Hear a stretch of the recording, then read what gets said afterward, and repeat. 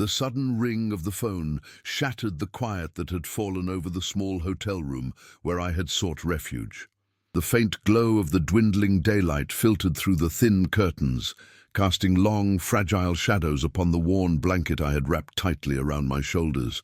My hand reached out, trembling slightly, and grasped the receiver, a cold knot settling in the pit of my stomach before the words even came through. "Harold Westcott!" The voice was brisk, clipped, carrying a tone that brooked no delay or explanation. "This is Officer Ramirez, Riverside Police Department. I'm calling about an incident involving your wife, Eleanor." In that instant, the world narrowed down. The room's cramped corners seeming to close in around me. I felt my breath catch, my chest tightening as if squeezed by unseen hands. The voice on the line went on, but the words became a blur against the roaring silence inside my head. My mind raced, grasping at what little detail it could hold on to. There was a disturbance at a motel. Officers found your wife with a man, not you. We're investigating possible misconduct and fraud. There may be need for a statement from you soon.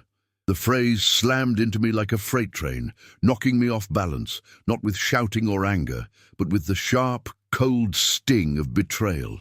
I stood there, stunned, the bare walls of my room echoing the hollow ache expanding inside.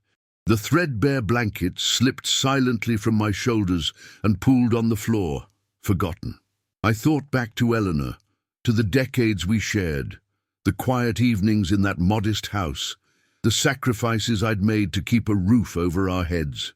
I remembered the countless hours spent balancing budgets, working double shifts, choosing their well-being over any leisure or rest I might have claimed for myself. Those long nights, after Eleanor had gone to sleep, I would sit by the window, running calculations in my head, planning a future grounded in hard work and perseverance. And yet all that care, all those years I strove to provide, had been met with indifference. That quiet trust I once believed unbreakable had been shattered by deceit so raw, it left a bitter taste in my mouth. What had I missed? The stolen glances, the whispered calls, the new man who occupied the space I had sworn to protect? I fought the urge to bend under the weight of it all, my hands clenched into fists, the rough fabric of the blanket still warm beneath my fingers as I closed my eyes, pressing my temples in a vain attempt to shut out the rising storm. Anger simmered, but I swallowed it down, knowing that now was not the time for rage. "What should I do now?" I asked, voice low and steady, a fragile thread holding the pieces of my composure intact. "Stay where you are for the moment," Officer Ramirez instructed. "We may call you in for more details as the investigation progresses. This call is just to inform you officially." The line went silent, leaving me with only the flat hum of the city outside the hotel windows and the heavy pounding of my heart in my ears. I glanced around the empty room, the peeling wallpaper, the flicker of a dying bulb overhead, and felt the harsh sting of loneliness deepen. In that still moment, memories flooded in. The house they built, brick by brick, side by side, with my own hands and sweat. The dinners shared under soft lamplight, Eleanor's faint smile when all seemed right. I saw it all unravel beneath the weight of her betrayal, glowing now like fragments of a life I could no longer trust. But amid the ache, a quiet resolve began to take shape. The shock numbed the initial pain, and where sorrow might have crippled me, a new clarity emerged. No longer the man who would quietly endure the sting of loss, I was now someone who would act with precision, like an engineer confronting a problem too complex to solve with emotion alone. I folded my arms, breathing deliberately, feeling the cold edges of this harsh new reality sharpen around me. For the first time since the news broke, I wasn't just a victim.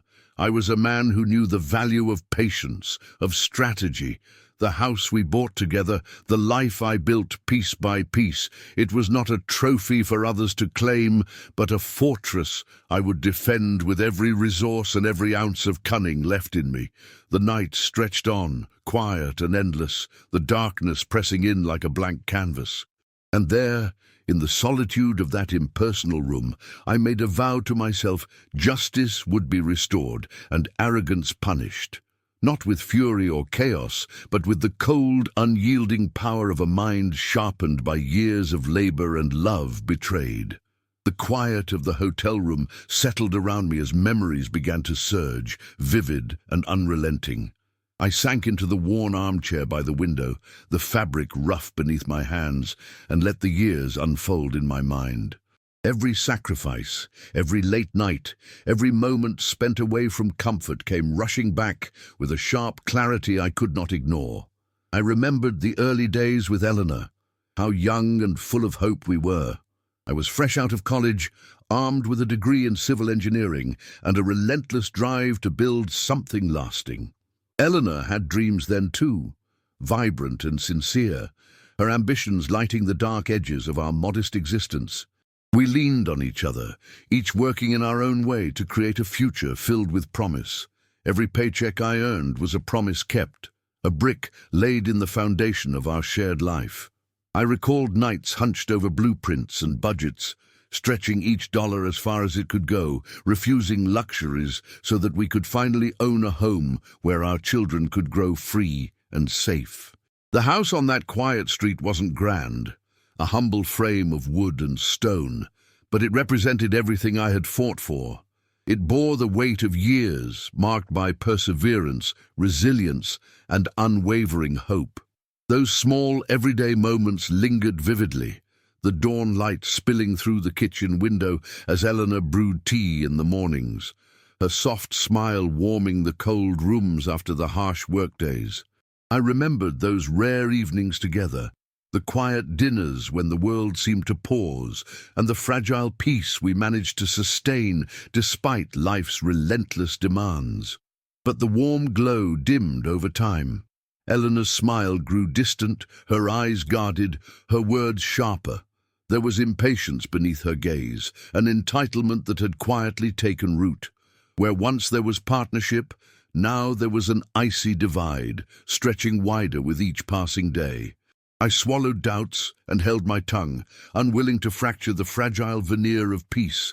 Now, with the weight of betrayal pressing down on me, I saw the truth laid bare. The woman I had loved and trusted, who had once been my closest ally, had chosen a path that disregarded all I had built. Her contempt for the years of shared sacrifice was an unforgivable wound. The infidelity was not simply a personal blow. It was a declaration that she believed she was owed every advantage without earning it. My thoughts turned to our children, now grown and away, but once the heart of our family. I had been the silent guardian, the tireless provider who bore burdens in silence, shielding them from the fractures beneath the surface. Their world had seemed secure because of the sacrifices I made, sacrifices invisible to them, wrapped up in duty and love. The depth of Eleanor's betrayal cut deeper than the pain of unfaithfulness. It was entangled with the slow theft of honor and trust. She had begun to treat what I'd created as her birthright, dismissing my efforts with disdain. The sting of such ingratitude burned cold in my chest, seeping into every corner of my being. I pressed my hands to my temples, trying to quell the growing storm within. The anguish was raw, but beneath it, a resolve began to steel itself. My life's work had taught me to approach problems not with despair, but with calculation and patience. I was a man forged in the fires of hardship and methodical thought. Now those very lessons were my defense. The house, the symbol of our life together, anchored me. It was more than wood and stone. It was the repository of years of labor, sacrifice, and quiet endurance. Every leak patched, every late-night repair, every penny allocated toward its upkeep was a quiet testament to my commitment. It was not a prize for betrayal, but a fortress I would defend. I acknowledged the silence I had kept through the years, the price paid in quiet submission. Patience may have seemed weakness to some, but I realized now it was the groundwork for something stronger, a plan forged not in anger, but in clarity of purpose. My mind began to form the outline of what I would do. I would unravel the threads of deceit, trace every hidden account, and expose every lie. My skills as an engineer, trained to see the minute anomalies that others miss, would serve me well. I would call upon old allies, lawyers, financial experts, colleagues whose loyalty lay with truth rather than sentiment. Yet the loneliness persisted. The house felt emptier, the echoes of shared joy faded. Photographs of grandchildren smiled down on me, a poignant reminder of what once was and what now needed to be reclaimed. Still, clarity grew. I was no longer the man broken by betrayal. I was becoming the architect of my own future, a man who would wield the experience of labor and love as weapons of precision. I breathed deeply, embracing the silence and the resolve it nurtured. My vengeance would be deliberate, patient, and unyielding, a force built not on passion, but on the steady power of intellect and justice. The night stretched on as I prepared to transform the pain into purpose.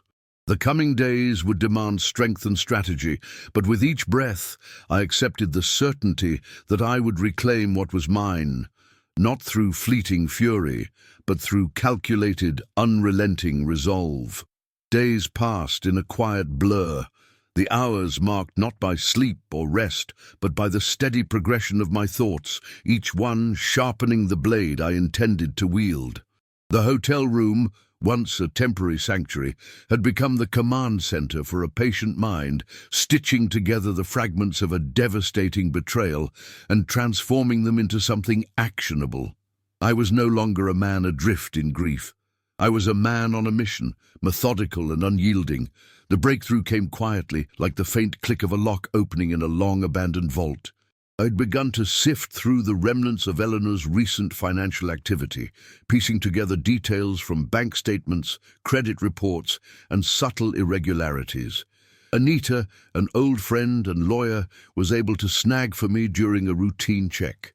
The numbers concealed stories, deceptions folded within transactions that tried to hide the truth beneath layers of legitimate activity.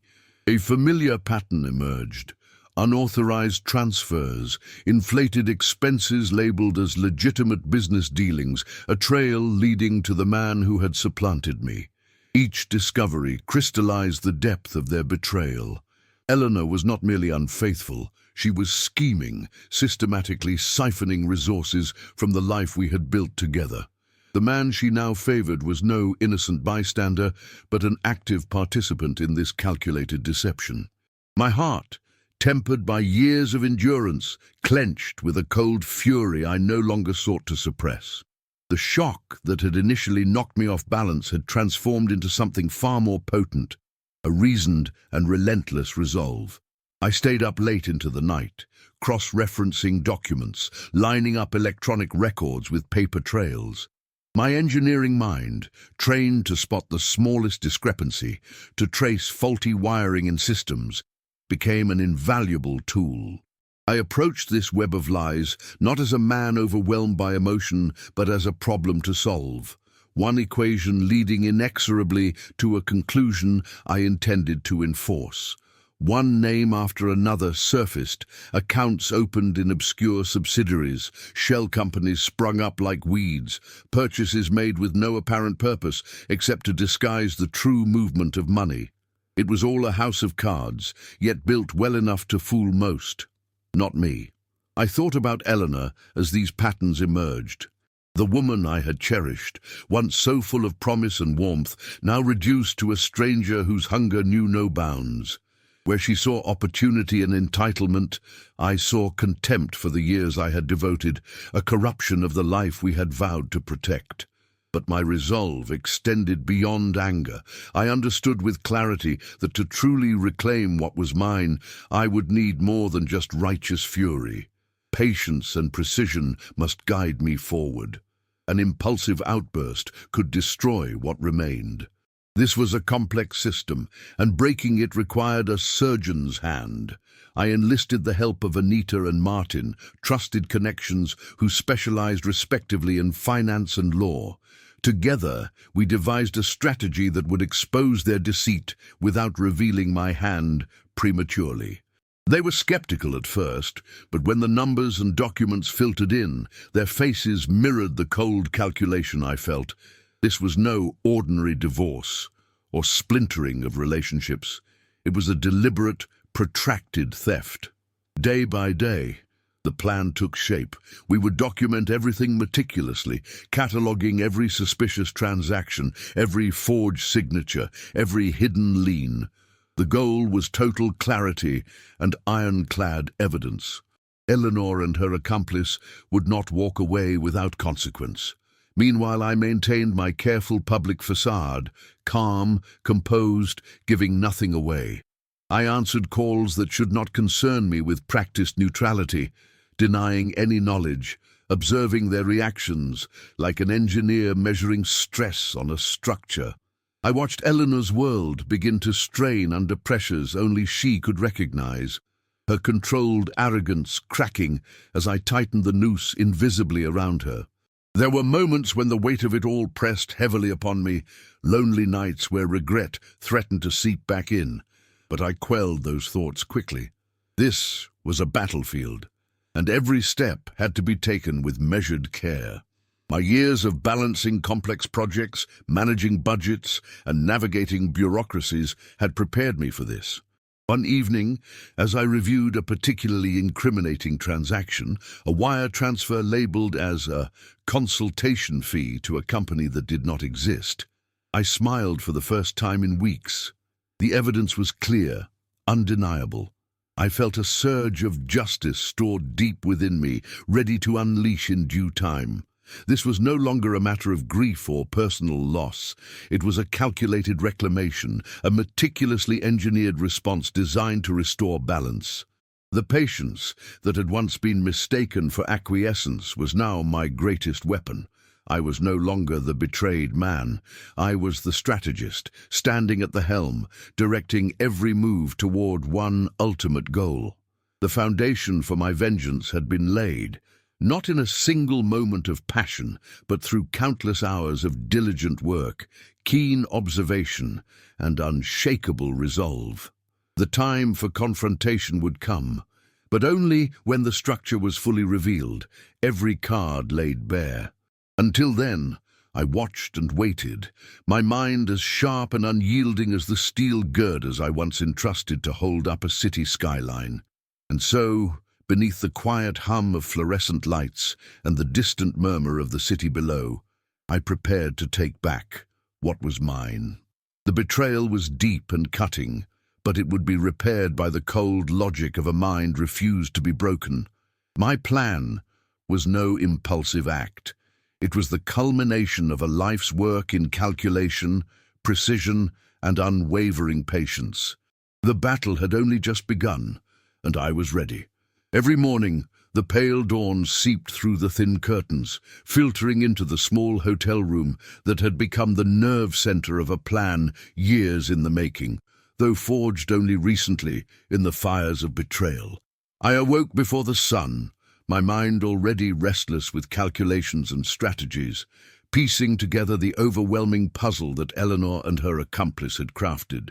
The betrayal was intricate, layered with deception, but to me it was a challenge, a complex, unforgiving engineering problem that demanded the same patience, precision, and unwavering focus I had employed throughout my career.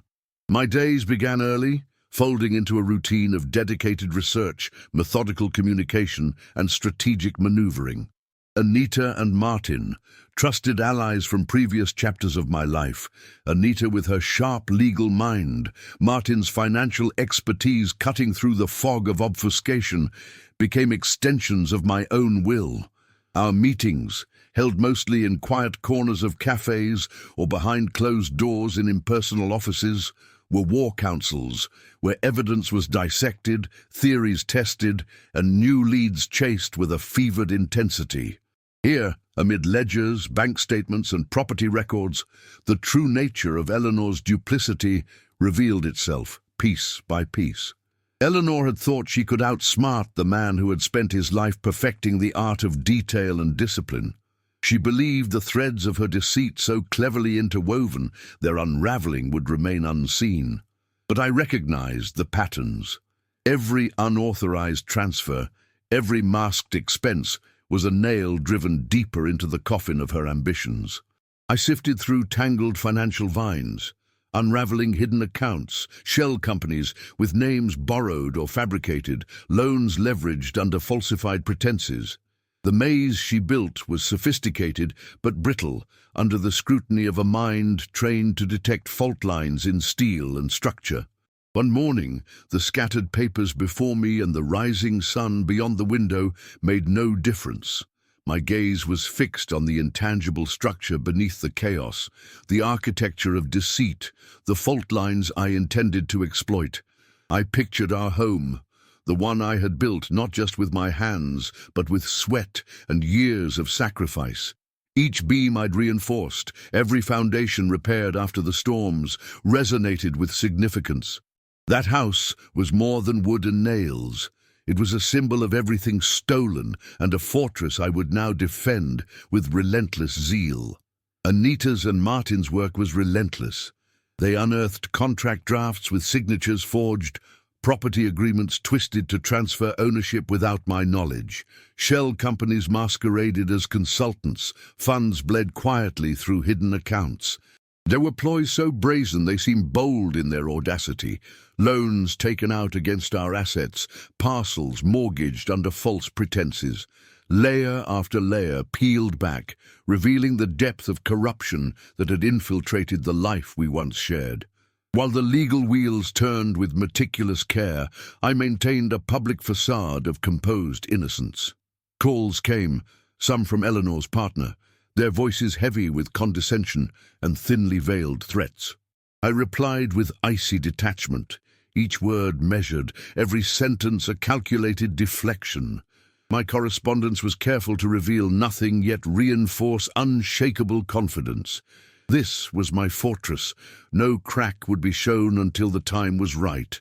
The documentation grew, a fortress of its own. Screen captures, bank statements, intercepted communications, recorded meetings when permissible, all stacked like bricks, methodically prepared to withstand any assault on their veracity. I envisioned the courtroom as a battleground where no emotional outburst but clear, overwhelming evidence would win the day. I refused to let grief or fury dilute my precision. One afternoon, I revisited the house that was at the center of this storm. Standing on the creaking porch, my fingers traced the worn handrails, polished smooth by years of use. The walls held echoes of laughter, whispers of late-night talks, memories now tinged with bitterness, but no less precious. To surrender this place to manipulation and greed was unthinkable. It was more than property. It was the ledger of my life's work, a bastion that must be defended. Old friends from my past returned to aid me. A real estate appraiser, whom I had met during renovations years ago, assessed the property, confirming the hidden value Eleanor failed to recognize or respect. The equity was substantial, ripe for redemption. The house was no mere structure but a keystone in the coming reckoning. The antagonist's world began to buckle under the invisible pressure I exerted. Calls from Eleanor's partner grew frantic. Lawyers made veiled threats, attempting to intimidate and negotiate. But I held firm, shielded by patience and unwavering evidence. I let their arrogance unravel, knowing full well that haste would be their downfall, not mine. In the quiet moments between action, loneliness crept in, a cold echo in the empty halls of a home that once thrummed with life. Photographs of grandchildren smiled down from mantels, their absence a harsh reminder of what was at stake. Yet this solitude fueled my resolve. This was not merely about reclaiming a house or money, but restoring dignity lost to deceit. The late-night battles through financial reports and legal files were the trenches where I fortified my resolve. I visualized the entire scheme, fraud, forgery, betrayal, as a structurally compromised building waiting to collapse. I pinpointed every weak point, charted every failing joint. This was no rash vendetta, but a deliberate, methodical campaign where every move mattered and every misstep from my opponents was recorded and exploited. Slowly, the pieces fell into place. Every illegal transaction flagged, every forged document exposed, became ammunition in a dossier growing too heavy to conceal. Against this tide, Eleanor's partner made mistakes. An overlooked bill, a forgotten digital footprint in an email, all logged meticulously. The noose tightened, one calculated step closer to the moment when concealment would be impossible. My communications remained fearless and measured. I never faltered in my public composure. My voice was calm, my demeanor unshaken. I refused to be rattled, knowing that any sign of weakness could be exploited by those who had long underestimated me. The time to strike would come only when the full evidence could no longer be ignored or defied. Meanwhile, the house solidified as more than a symbol. It was the embodiment of my battle, a fortress that would ultimately witness the unmasking of those who dared to defile it.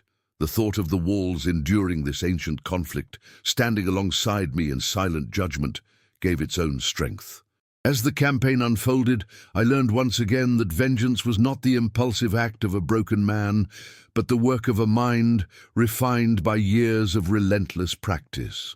Every day's labor was a brick in a new foundation. Every fact uncovered, every document secured, built toward a future reclaimed. This war was long and demanding.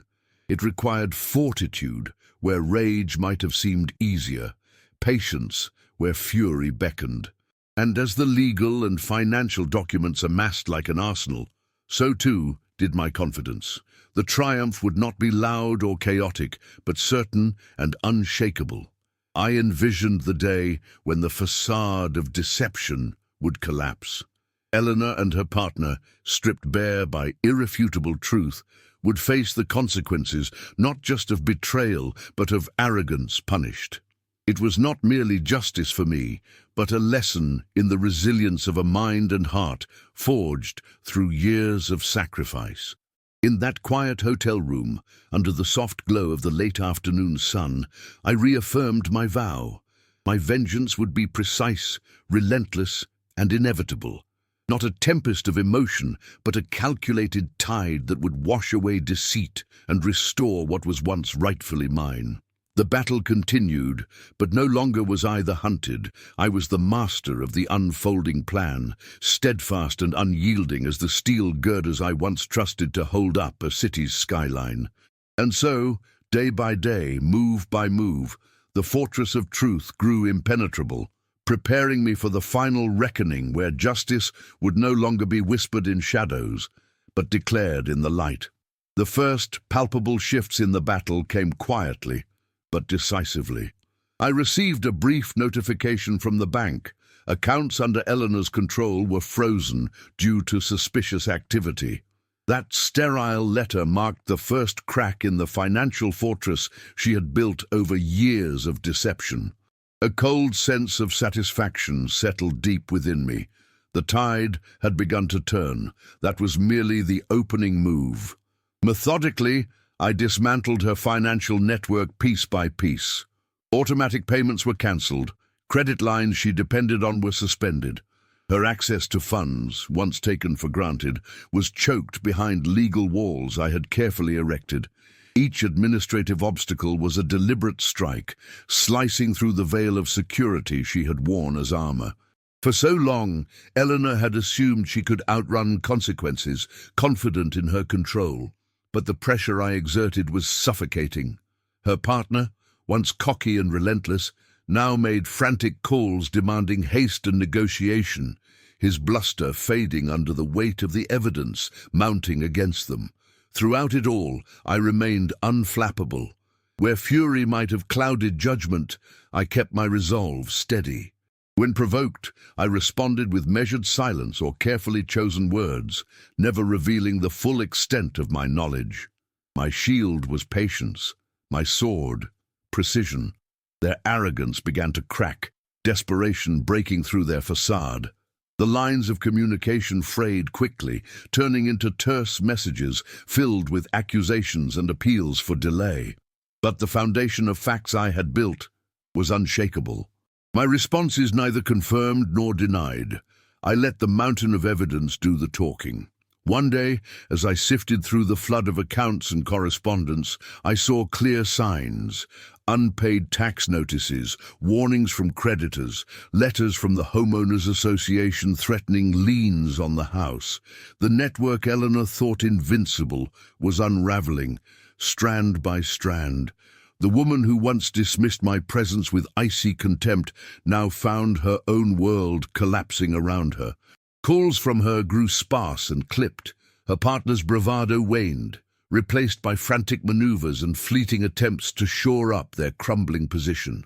While satisfaction at this unveiled truth was undeniable, I kept myself anchored.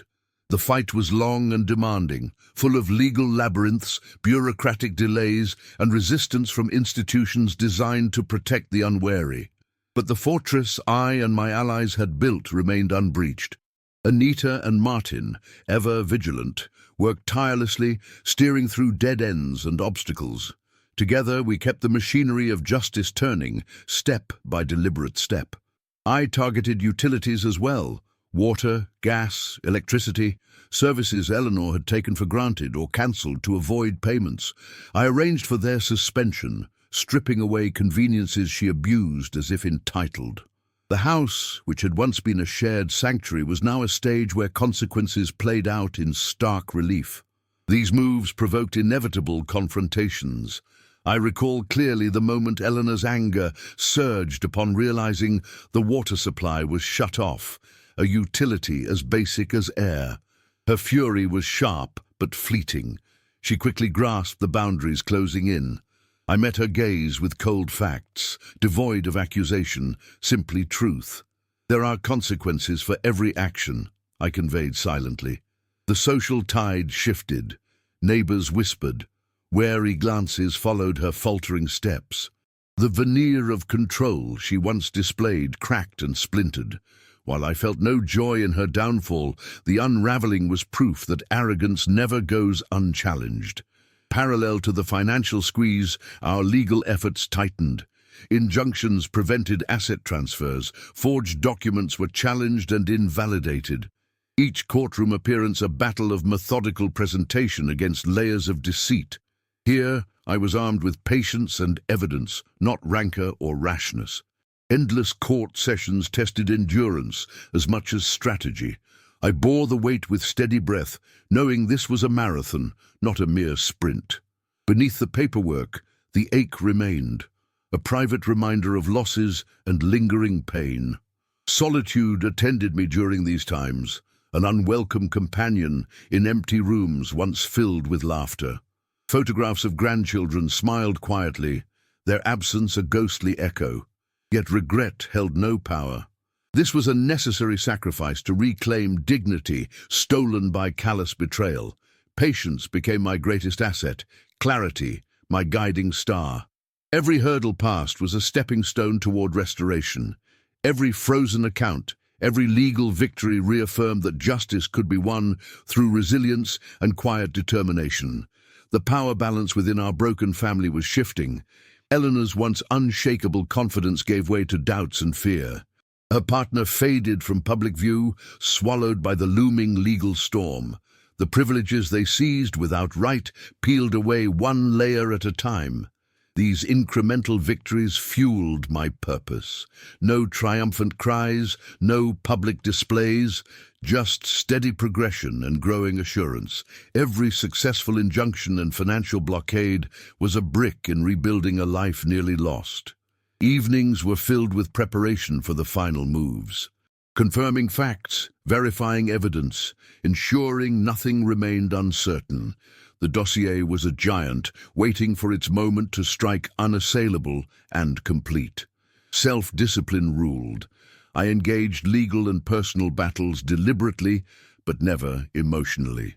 Watching Eleanor's fortress crumble provided no gloating, only the sober satisfaction that justice hovered close. The tide of truth had begun to wash over their lies, exposing them fully. Eleanor and her partner no longer had refuge in shadows. The final reckoning was near, quiet but unstoppable. In the stillness of my hotel room, a room far from the family home wrought with pain and betrayal, I renewed my vow. My vengeance was not fury-driven, but a patient, relentless force, a calculated wave prepared to wash away deceit and restore what was mine by right. The battle raged on, but I was no longer the hunted. Now I was the architect of the unfolding storm, steadfast as the steel girders I once depended on to support a city skyline. Day by day, move by methodical move, the fortress of truth I built grew unassailable, preparing me for the moment when justice would no longer whisper in shadows, but be declared boldly in the light. The morning of the hearing arrived with a muted sky, its pale light casting long shadows that seemed to stretch with the weight of history itself. As I prepared to face the culmination of years of betrayal and clandestine struggle, I felt the steady pulse of resolve beneath the surface, a calm fortified by every painstaking hour spent assembling the truth. The hotel room, stark and devoid of distraction, held the quiet before the storm, the silence pregnant with anticipation. Stepping into the courthouse was like crossing a threshold between past endurance and imminent restoration. Each footfall echoed not merely through marble halls, but through the corridors of memory, carrying with it the weight of lost time, stolen trust, and silent sacrifices. The room hummed with a collective tension, the kind that settles when truth is poised to rise from darkness into light. Seated across the room, Eleanor and her partner wore the mask of composure, fragile and fissured beneath the scrutiny gathering like a gathering storm. They were no longer the unbreakable duo who had once believed themselves beyond reach. The exhaustion shadowed their faces, eyes darting uneasily toward the growing wall of evidence poised to dismantle their carefully constructed facade. The proceedings unfolded as a meticulous exposé of avoidance and betrayal. Each witness's voice bore the clarity of conviction, experts unraveling the labyrinth of forged signatures, fraudulent accounts, and laundered assets. The defense's strategy floundered amid the irrefutable facts presented like a blueprint laid bare for inspection. This was not a spectacle of drama, but a reverberation of justice demanding recognition. When called upon, my voice carried the steadiness of a man who had borne silence longer than most could fathom. I spoke not from pain alone, but from the measured recounting of decades, a life built on effort and sacrifice. I detailed nights arguing numbers into submission, mornings repairing the tangible and intangible fractures of family life.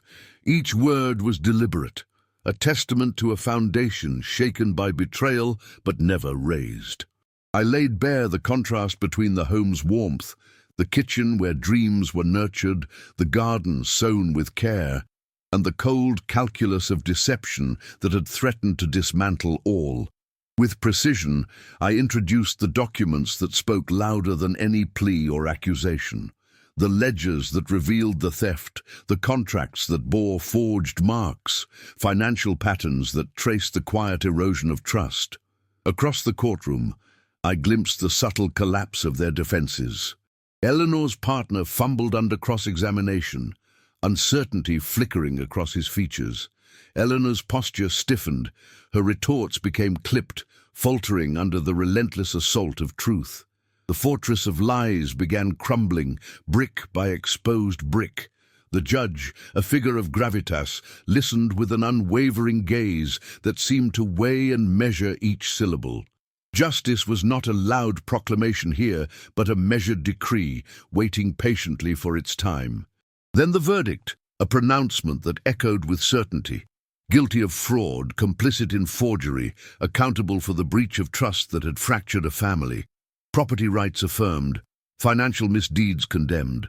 The courtroom exhaled, a collective release of tension and expectation met. In that quiet moment, I felt neither triumph nor bitterness, but a solemn peace, the culmination of a journey marked by pain, transformed into purpose. The house, more than wood and stone, stood reclaimed in justice's name, its walls now witnesses to endurance rather than betrayal. Exiting the courthouse, I walked through familiar streets transformed by resolution. The home awaited, no longer a monument to deceit, but a reclaimed sanctuary. I moved through its rooms reverently, each corner a testament to battles fought with patience and clarity. Restoration was more than reclaiming property, it was reclaiming peace.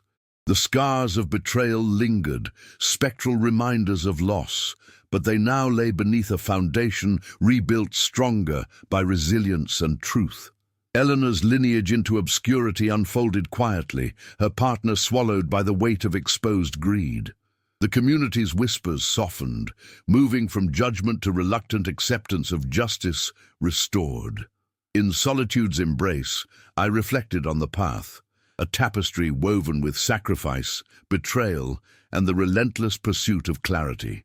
Real strength, I came to see, was not vengeance alone, but the wisdom born of strife and the courage to rebuild selfhood from ruins.